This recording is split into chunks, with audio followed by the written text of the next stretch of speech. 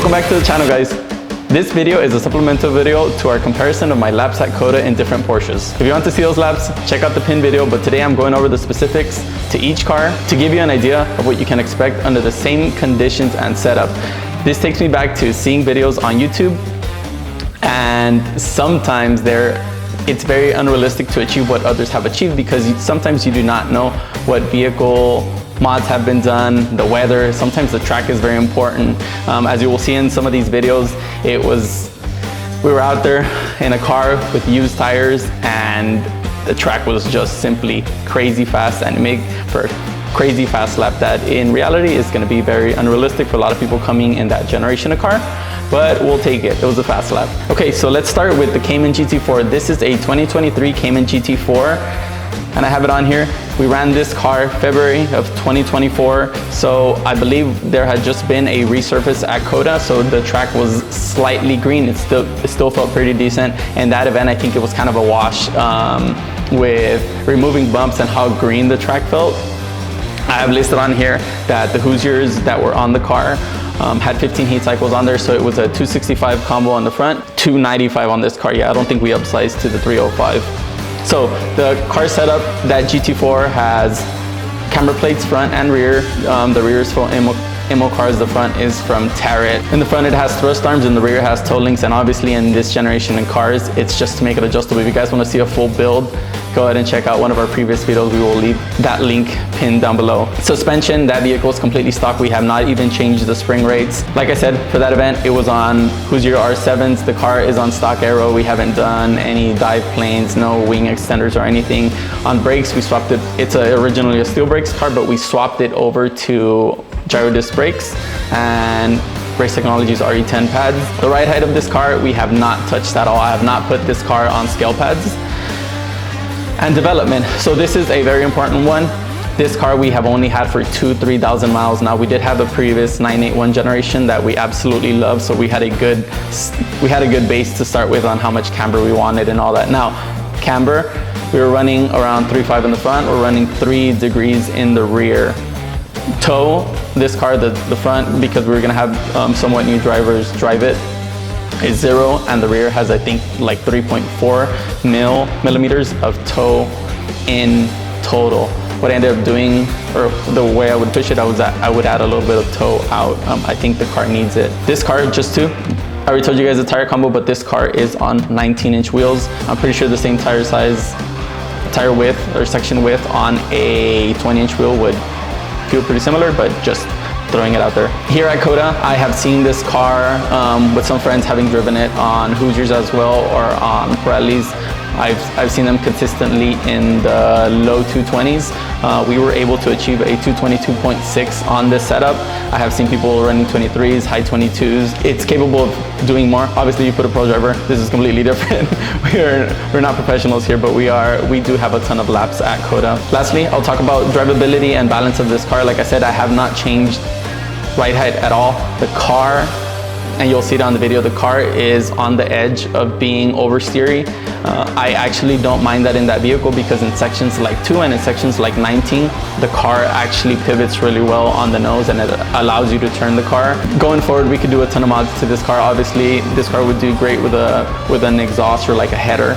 The car does need that little bit of extra horsepower just to get it off the corners. You can tell where sometimes it's in second and it kind of bogs on the way out. So that would be my step 1. Now, I am for keeping as much as stock as possible. This car is a hell of a car. It's just a fun car on track. We also put it on the 200 treadwears, and that thing was an absolute blast. Moving on to the next car. This car, my baby, we don't have it anymore. I miss it so much. This is a 2016 991.1 GT3 RS in lava orange. Just the color alone gives you like 2 seconds of lap time. This car was incredible. So I have it listed on here. This lap time was in February 2022. Now, the reason this is important, COTA had just done a full repave, or they did a repave of 70% of the track, and the track was fast. I am a big avid user of curbs, and when I drove it on this date, I was actually trying to stay off the curbs, or I was 100% keeping the loaded side to where I had a full contact patch on the loaded side, just because there was so much grip. I usually will cheat over the curbs to where I only have to keep what's the legal amount, or legal, because we're not racing out here, or maybe we are, but just to what's legal. But this car, the reason I say it's my baby is I had been driving that car for 2 or 3 years, just back to back. So every time that car got on the lift at our shop, I would make a tweak, I would put it on the scale pads again, change a bar. I love that car. So I'm gonna start off with the lap time. That car, I did a 2:16.8 flying for a 991.1. This car was on stock suspension, stock spring rates, stock shocks.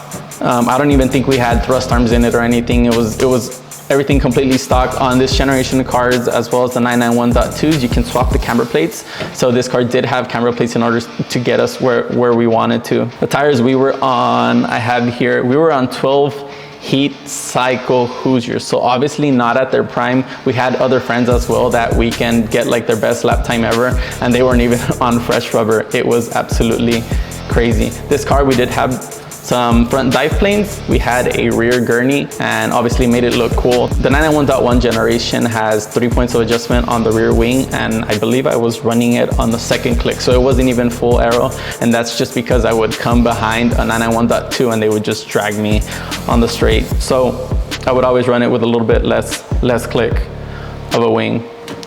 This car, the ride height, we did lower the rear. Now, like I said, I was always doing mods or doing small changes, so I can't give you the exact ride height measurements, but I do know that the rear was a little bit lower than stock. People around us in this generation car, I have seen them go sub 20. Not a lot of people have, but like I said, previous to me doing the 16.8, I had done a 17.3 on a non-ideal surface, or just on a regular surface, regular day with good weather. So I like I said again, with 12 heat cycle Hoosiers, just a good track, I shaved off 5/6/10. We saw a lot of people that same time of the year shave 8, 9 tenths. It was absolutely wild. This vehicle, I had it to my liking.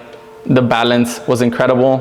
Like I said, I had been developing this car for 2-3 years. If we were only able to keep this car under extended warranty, that car would still be in the fleet. We miss you. I'll move on to the next car. The 992 GT3, the best GT3 that we've had on the fleet by far, or at least the fastest. The previous generation GT3s felt good. This thing feels good and is fast. On this lap that you're gonna see, we had just some wing risers on the car just to move the wing out of the rear view mirror. I believe we were running the wing in full max. The suspension is completely stock. It still had the stock exhaust on it, so no headers, no any of that. It was absolute stock muffler. Here I have it listed that I got Hankook takeoffs from John, so these Hankooks were at 5 heat cycles. Now, one thing I did learn is from heat cycle 1 to heat cycle 5, there is a vast difference, and you'll see why a little bit later. Well, like I said, we moved the wing up. This car was originally a steel brakes car, so we just kept the steel brakes on the car, good pads, steel brakes car. We move all our cars to steel brakes. It was originally a steel brakes car as well. Ride height on this car, we lowered the rear. I believe it ended up being like 8 to 10 turns on the COTA, and that I just remember because it was so recent. Now, car development, I don't have much laps on this car, but I did have it for about a weekend. The weather wasn't ideal that weekend, I remember, but this car just feels incredible. I have it listed on here that I did this lap time in May 2023, so it wasn't crispy fall weather, but I'm pretty sure it's not as terrible as July, August weather. I have a few friends who've run these cars. They just love these cars because they're so good. The front end is so good. I have seen them run about a second faster. So my fastest in this car is a 2:17.7. I have had friends run mid 16s. Now this laps, I had a little bit of traffic. I'm just gonna start with excuses. But the reason we're showing you this video is because this car feels absolutely great. It's an incredible car. Like I said, the tires, they were 5 heat cycle Hankooks. Conditions were okay. After making those changes, we have actually told a few friends that are around us that run on the Hoosiers that have clients. We're just like, hey, just lower the rear by a bit. The car's gonna drive incredible. And they've had their clients run them on Hoosiers, and they are like, we absolutely love this car. The Hankooks on this car was a 300 front, 320 rear on. Let's move on to the next car. The next car is our Brand new 2023 Cayman GT4 RS. This thing is an absolute handful. I absolutely love it. The mods that we have done to it as of now is going to be similar to the GT4. Front and rear camber plates, rear tow arms, front thrust arms. The thrust arms is for safety, and just because the stock thrust arms have a little teardrop shape as it gets to the bolt on the lower control arm. So those 100% need to be removed. If they had the previous gen thrust arms, I would just leave the stock ones in there. Suspension, the car is on absolutely stock suspension, stock springs. We were running it on the stock wheels, the stock 20-inch wheels, but we did upgrade the tire size. So on the front, we moved up to a 265 Nankang CRS, the V2, and on the rear, we jumped up to a 305/30/20. Same CRS V2. The tires feel absolutely incredible. This car, we did do the wing risers, and that's just to get the wing out of the rear view mirror. We did the wing risers, and we did a over axle pipe. The over axle pipe on these cars just deletes I'm gonna call it the secondary cat. It deletes that. I don't know if it's supposed to give the car any more power, but it makes the car sound a little bit better, and it just takes me back to how the previous generation cars were set up, where they had that front cat and just the muffler. So that's the reason we did that. Now, this car, we have seen other people run it on Hoosiers. We have a good friend with a YouTube channel. It's called It's Track Time. He let Randy Popes drive his car, and Randy Popes beat us by a decent amount. He's such an amazing driver. So on this car, my best has been a 219.65. Now at COTA, anything under 20 is just insane, and we were super happy to put this car in the 19s on a 200 tread-over tire. The Nankangs on this case, I have it written down here. I believe it was the second and a half weekend we were on them. They had 17 heat cycles. So go back to what the same car has done with a similar setup. And Hoosiers, we saw Randy Popes put a 218, I believe it was a high 18, 218.9 on the board. So that's that. Weather was obviously different. For Randy, he ran it, was it June? Yes, he ran it June of this year, 2024.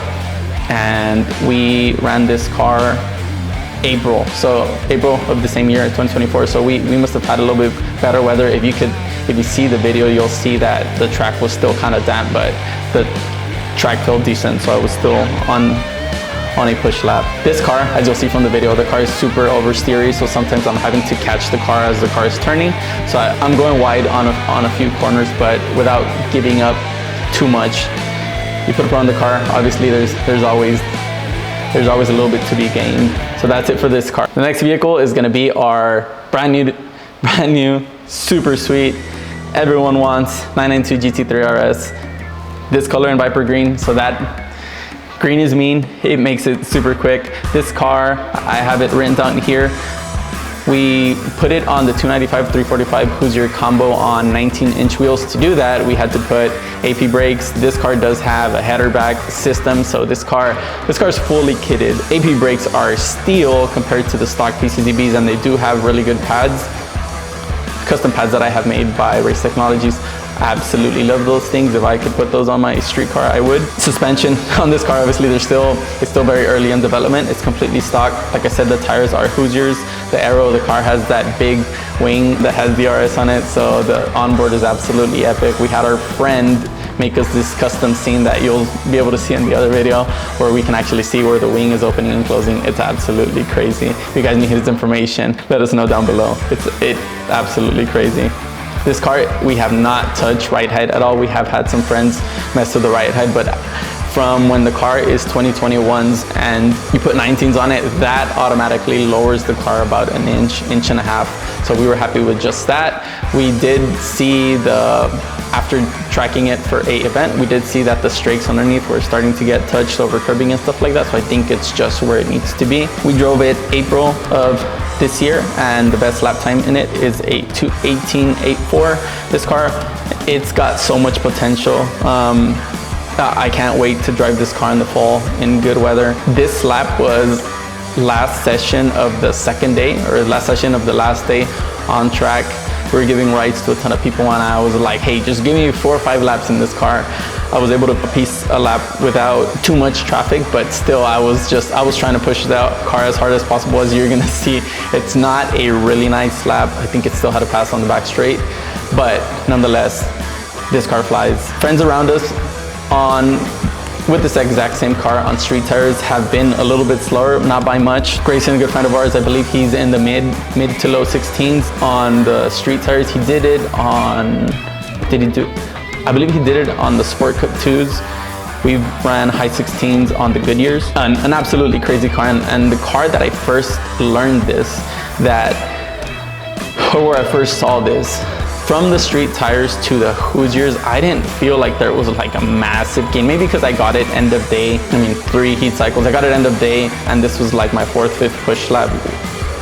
So I don't know, I just didn't feel like that Hoosier was of best performance, or there was that big a change from street tires to Hoosiers.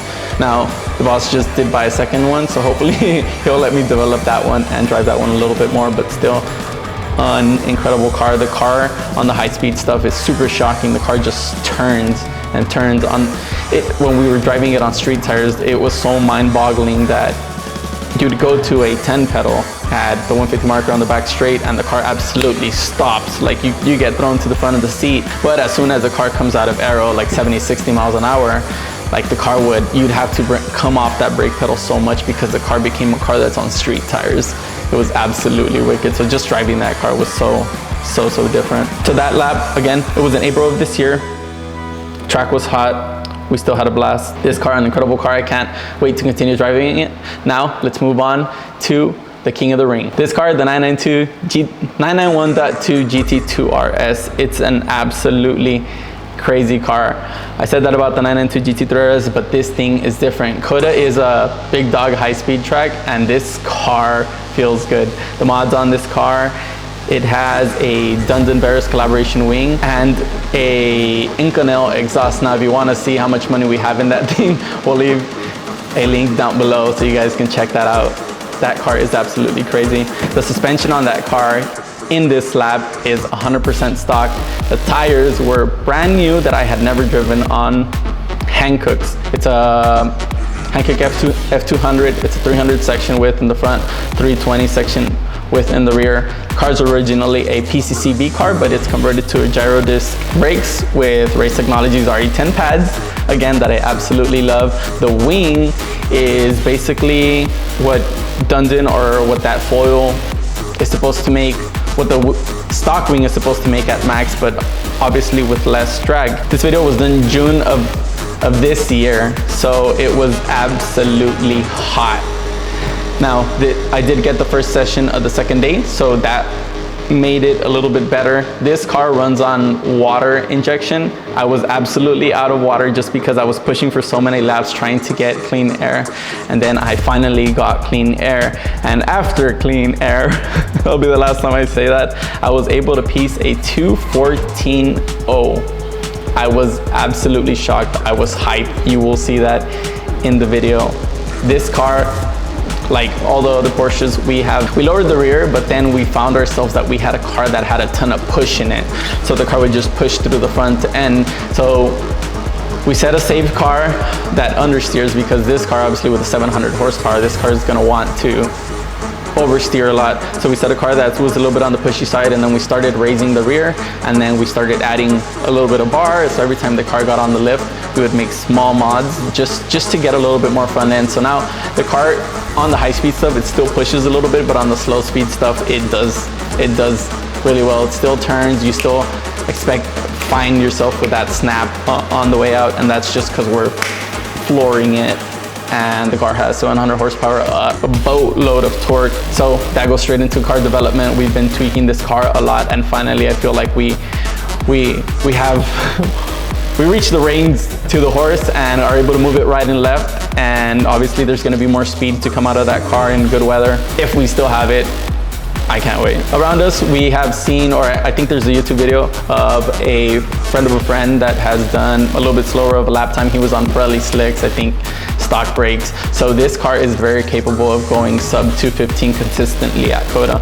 Now, getting it there, the car is a much more dynamic car. It's a crazier dynamic car than a GT3 RS. It's literally not a GT3 RS with 2 turbos. It's much more than that. This car has turbos, intercoolers, supporting stuff right for the turbos, and it's 250 pounds of extra weight that hangs off adds to the car. So the car drives completely different.